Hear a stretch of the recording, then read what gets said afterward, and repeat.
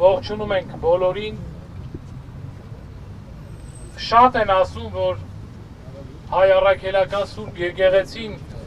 զբաղվում է քաղաքականությամբ ժողովրդին մոլորեցնելու։ Մենք միշտ ասել ենք ու ասում ենք, որ հայ առաքելական եկեղեցին չի զբաղվում քաղաքականությամբ, բայց հայ առաքելական եկեղեցին չի կարող ձայն չբարձրացնել, երբ որ տեսնում է անօրենություն է կատարվում։ Այսօր թե Բաքվում, թե Հայաստանում շատերը առանց որևէ հիմքի զրկված են իրենց ընտանիքներից, իրենց գործից, իրենց ծառայությունից եւ որով կարող էին մեզ բոլորիս օգուտ տալ։ Այսօր հայոց պատմության մեջ աննախադեպ մի իրավիճակ է, երբ որ բանտերում են մեր եկեղեցու 4 սրբազան հայրեր, որոնք այն մարդիկ են, ովքեր ամեն օր ավուր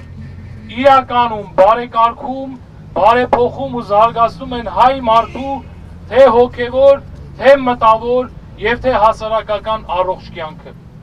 Դրա համար մենք այսօր այստեղ ենք միասին իբրև Աստծո զավակներ, իբրև եղբայրներ եւ քույրեր ի Քրիստոս մեր ձայնը բարձրացնելու, որպեսզի մարդիկ տանը լինեն,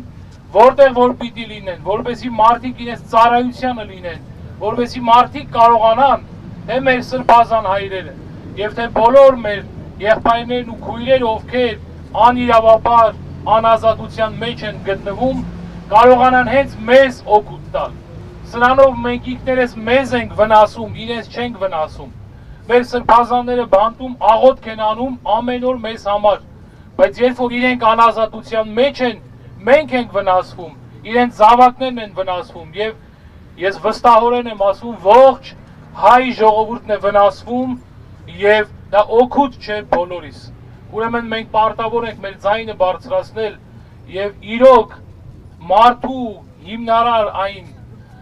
իրավունքը, որ կոչվում է ազատություն, խնդրենք եւ պահանջենք, որպեսզի վերականգնվի։ Շնորհակալություն։